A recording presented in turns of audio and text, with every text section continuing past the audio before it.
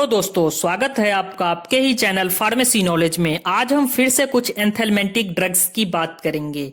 इससे पहले की वीडियो में मैंने बताया था कि अनडेवलप्ड कंट्रीज में हाइजीनिक कंडीशन मेंटेन नहीं करने से वेरियस टाइप के हेलमिंथिक पैरासाइट का इन्फेक्शन होता है, जो हमारे बॉडी के इंटेस्टाइनल ट्रैक्ट या फिर किसी पर्टिकुलर टिश्यू को इफेक्ट करता है। इन्हीं पैरासाइट वर्म को किल करने के लिए या स्टूल के थ्रू बॉडी से एक्सपेल आउट करने के लिए हम एंथेल्मेंटिक ड्रग्स का यूज करते हैं। आज के इस वीडियो में हम मेनली पायरेंटल पैमोएट, प्राजिक्वेंटल एंड डाइइथाइल कार्बामाजिन जैसे ड्रग्स की बात करेंगे, जो फिलेरियोसिस या हाथी पांव जैसे डिजीज के ट्रीटमेंट में काम आता है। पहला ड्रग्स है पायरेंटल पैमोएट। तो चलिए स्टार्ट करते हैं इसके इंट्रोडक्शन से। पैरेंटल पैमोएट का डिस्कवरी 1969 में मेनली बच्चों के पिनवर्म इन्फेक्शन के ट्रीटमेंट के लिए किया गया था। केमिकली ये पिरिमिडीन डेरिवेटिव एंथेल्मेंटिक ड्रग्स है। इसके साथ ही इसमें broad spectrum anti helminthic activity present होता है। इट मीन्स ये वेरियस टाइप के वर्म इन्फेक्शन को इजीली ठीक कर सकता है। इसलिए इसका यूज हम round worm, hook worm, ascaris, enterobius and ancylostoma infection में करते हैं। बट ट्राइक्यूरिस के केस में ये इनएक्टिव ड्रग माना जाता है। ये अपना एक्शन ट्राइक्यूरिस के केस में शो नहीं कर पाता। अब बात करेंगे हम इसके मैकेनिज्म ऑफ एक्शन की। तो पायरेंटल पैमोएट वर्म्स के निकोटिनिक कोलिनर्जिक रिसेप्टर्स को एक्टिव कर देता है, जिससे एसिटाइल कोलाइन जैसे न्यूरोट्रांसमीटर का रिलीज होने लगता है। यही nicotinic cholinergic receptors central nervous system या पेरिफेरल नर्वस सिस्टम में मसल को कोऑर्डिनेट एंड कंट्रोल करता है। तो जब हम पायरेंटल पैमोएट एडमिनिस्टर्ड करते हैं तो ये वर्म निकोटिनिक कोलिनर्जिक रिसेप्टर्स को एक्टिवेट करता है, जिससे मसल का कंट्रैक्शन होगा और इसके रिजल्ट में न्यूरोमस्कुलर जंक्शन पर परसिस्टेंट डिपोलराइजेशन कॉज होगा। यहां आप याद रखना, परसिस्टेंट डिपोलराइजेशन, जिससे कि उस वर्म में स्पैस्टिक पैरालिसिस कॉज होगा। और उस पैरालिसिस को आप जानते ही हैं कि बॉडी में कॉन्ट्रैक्शन और रिलैक्सेशन जैसे प्रोसेस इनहिबिट हो जाएगा, जिससे कि बॉडी में मूवमेंट बंद हो जाता है। इसी पैरालिसिस के कारण उस वर्म का हमारे बॉडी के इंटेस्टाइनल वॉल से अटैचमेंट लूज होने लगता है। इट मीन्स ये वर्म जो इंटेस्टाइन में ग्रिप बनाया हुआ था वो ग्रिप लूज होने लगता है। इसके साथ ही इसमें न्यूट्रिशनल डेफिशिएंसी भी आने लगती है और फर्दर ये फीकल मैटर के द्वारा हमारे बॉडी से एक्सपेल आउट हो जाता है। तो इस तरह से हमने जाना कि वर्म में स्पैस्टिक पैरालिसिस कॉज होने के कारण उनका हमारे इंटेस्टाइन से ग्रिप लूज होता है और वो स्टूल के साथ बॉडी से एक्सपेल आउट हो जाता है। अब बात करेंगे इसके फार्माकोकाइनेटिक्स की। तो ये गैस्ट्रोइंटेस्टाइन में पुअरली एब्जॉर्ब ड्रग माना जाता है। ओनली 10 to 15% ही गैस्ट्रोइंटेस्टाइनल में एब्जॉर्ब हो पाता है। इसके साथ ही ये वेल टॉलरेटेड ड्रग है। इट मीन्स ये अपना साइड इफेक्ट बॉडी पे शो नहीं करता। इसके साथ ही ये यूरिन के द्वारा एक्सक्रीट आउट होता है। अब बात करेंगे इसके एडवर्स इफेक्ट की। तो गैस्ट्रोइंटेस्टाइनल अपसेट, हेडेक, डिजीनेस जैसे कॉमन सिम्टम्स अपीयर्ड होते हैं। इसके साथ ही अगर आप किसी प्रेग्नेंट वुमेन में पैरेंटल पैमोएट का यूज करते हैं तो ये एज अ सेफ ड्रग माना जाता है। अब बात करेंगे हम इसके यूजेस एंड एडमिनिस्ट्रेशन की। तो एस्कैरिस, एंक्लाइस्टोमा एंड एंटेरियोबियसिस इन्फेक्शन के केस में 10 mg पर kg बॉडी वेट के हिसाब से सिंगल डोज हम एडमिनिस्टर्ड करते हैं।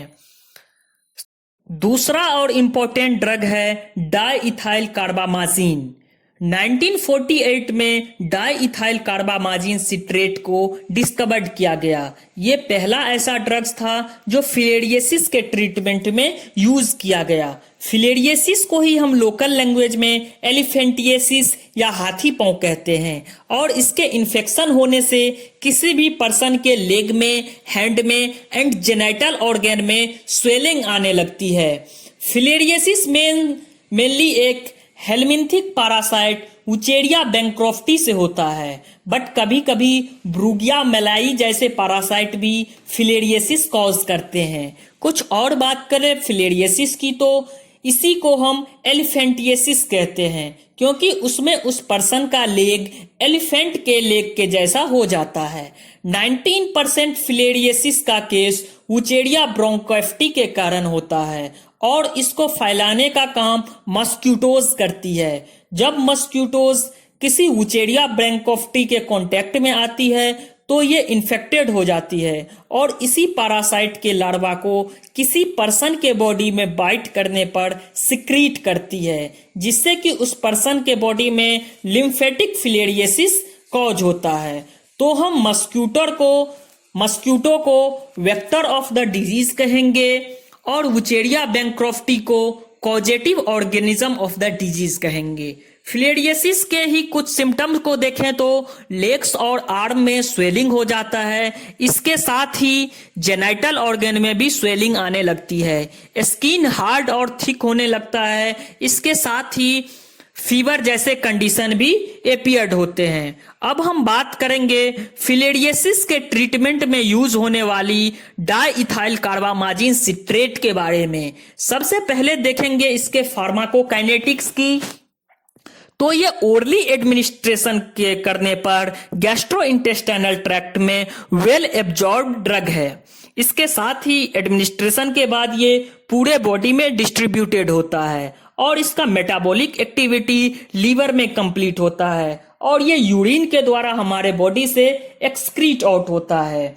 अब बात करेंगे इसके मैकेनिज्म ऑफ एक्शन की। तो हमने सिंपल लैंग्वेज में इसके मैकेनिज्म ऑफ एक्शन को बताया है। ये फिलेरियल वर्म के सेल ऑर्गन मेम्ब्रेन में अल्ट्रेशन कॉज करता है। आप सभी जानते हैं यही सेल मेम्ब्रेन वर्म के बॉडी का शेप और रिजिडिटी प्रोवाइड करती है। तो अगर सेल मेम्ब्रेन अल्टर होगा तो वर्म का मेटाबॉलिक एक्टिविटी डिक्रीज हो जाता है, तो ये वर्म इमोबलाइज होने लगता है, जिससे उसका ग्रिप हमारे टिश्यू से लूज होने लगता है और ये फाइनली वर्म के सेल को डेथ कराता है। तो इस तरह से हमने जाना कि डाइइथाइल कार्बामाजिन की एंटी फिलेरिसिडल एक्टिविटी। अब हम बात करेंगे कुछ इंपॉर्टेंट पॉइंट्स की। तो ये डाइइथाइल कार्बामाजिन लोआ और ओंकोकेरका वोल्वोलस के इन्फेक्शन या उसके माइक्रोफिलेरिया के अगेंस्ट भी अपना एक्शन शो करता है। लोआ मेनली ह्यूमन आई में इन्फेक्शन कॉज करता है। सेकेंड पॉइंट इज डाइइथाइल कार्बामाजिन के प्रोलॉन्ग्ड यूज करने से वुचेरिया बैंक्रॉफ्टी एंड ब्रूगिया मलाई के एडल्ट वर्म को कंप्लीटली किल कर सकते हैं। ये वुचेरिया ब्रोंकोफ्टी एंड ब्रूगिया मलाई के अगेंस्ट स्ट्रॉन्ग माइक्रोफिलेरिसिडल एक्टिविटी शो करता है। अगर किसी पेशेंट में 2 mg पर kg बॉडी वेट के हिसाब से 7 दिनों तक डाइइथाइल कार्बामाजिन का एडमिनिस्टर्ड किया जाए तो ये पेरिफेरल ब्लड से फिलेरियल वर्म का कंप्लीट रिमूव कर देता है। It removes filarial worm from peripheral blood. अब बात करें इसके एडवर्स इफेक्ट की तो nausea, loss of appetite it means भूख का नहीं लगना, हेडेक और वीकनेस जैसे सिम्टम्स एपियर्ड हो सकते हैं। किसी किसी केस में क्या होता है, डाइइथाइल कार्बामाजिन के एडमिनिस्ट्रेशन से वुचेरिया बैंक्रॉफ्टी का जो माइक्रोफिलेरी है उसका मास डिस्ट्रक्शन होने लगता है। जब हम इसका एडमिनिस्ट्रेशन करते हैं तो एक साथ ये वुचेरिया बैंक्रॉफ्टी के फिलेरिया डिस्ट्रॉय होने लगते हैं, जिससे skin rashes, bronchospasm, enlargement of lymph node जैसे कंडीशन एपियर्ड हो सकते हैं। इसके साथ ही कभी कभी ब्लड प्रेशर भी रिड्यूस होने लगता है, क्योंकि मास डिस्ट्रक्शन होता है वुचेरिया बैंक्रॉफ्टी का। अब बात करेंगे इसके यूजेस के बारे में। तो फिलेरियसिस के केस में as a first drug of choice डाइइथाइल कार्बामाजिन को माना जाता है और इसका डोज 2 mg पर kg बॉडी के हिसाब से दिया जाता है। नेक्स्ट जो हमारा इंपॉर्टेंट है ड्रग वो है praziquantel. Third drug is praziquantel. ये cyclostomes, trematodes and cestode infection के ट्रीटमेंट में इफेक्टिव ड्रग है। आपको याद होगा साइकोस्टोम्स के एग्जाम्पल हैं ब्लड फ्लूक्स, ट्रिमेटोड्स के एग्जाम्पल हैं फ्लैटवर्म और सिस्टोड को हम टेपवर्म कहते हैं। तो इन्हीं सब वर्म के इन्फेक्शन के ट्रीटमेंट में हम प्राजिक्वेंटल का यूज करते हैं।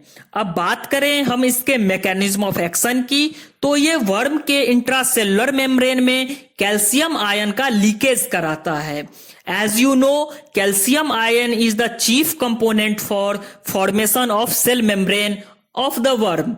तो जब कैल्शियम आयन ही नहीं रहेगा इंट्रासेलुलर मेम्ब्रेन में, तो वर्म में पैरालिसिस कॉज होगा, जिससे उसका बॉडी मूवमेंट नहीं हो सकेगा, साथ ही वो अपना मेटाबॉलिक एक्टिविटी भी परफॉर्म नहीं कर सकेगा। जिससे क्या होगा, उस वर्म का हमारे इंटेस्टाइनल म्यूकोसा के साथ जो ग्रिप बना हुआ था वो ग्रिप लूज होने लगेगा और फर्दर ये फीकल मैटर के द्वारा हमारे बॉडी से एक्सक्रीट आउट होगा। अब बात करेंगे हम इसके फार्माकोकाइनेटिक्स की, तो ये इंटेस्टाइन में रैपिडली एब्जॉर्ब होता है। अगर किसी फूड के साथ अगर आप प्राजिक्वेंटल को एडमिनिस्टर्ड करते हैं तो इसका एब्जॉर्प्शन रेट इंक्रीज हो जाता है।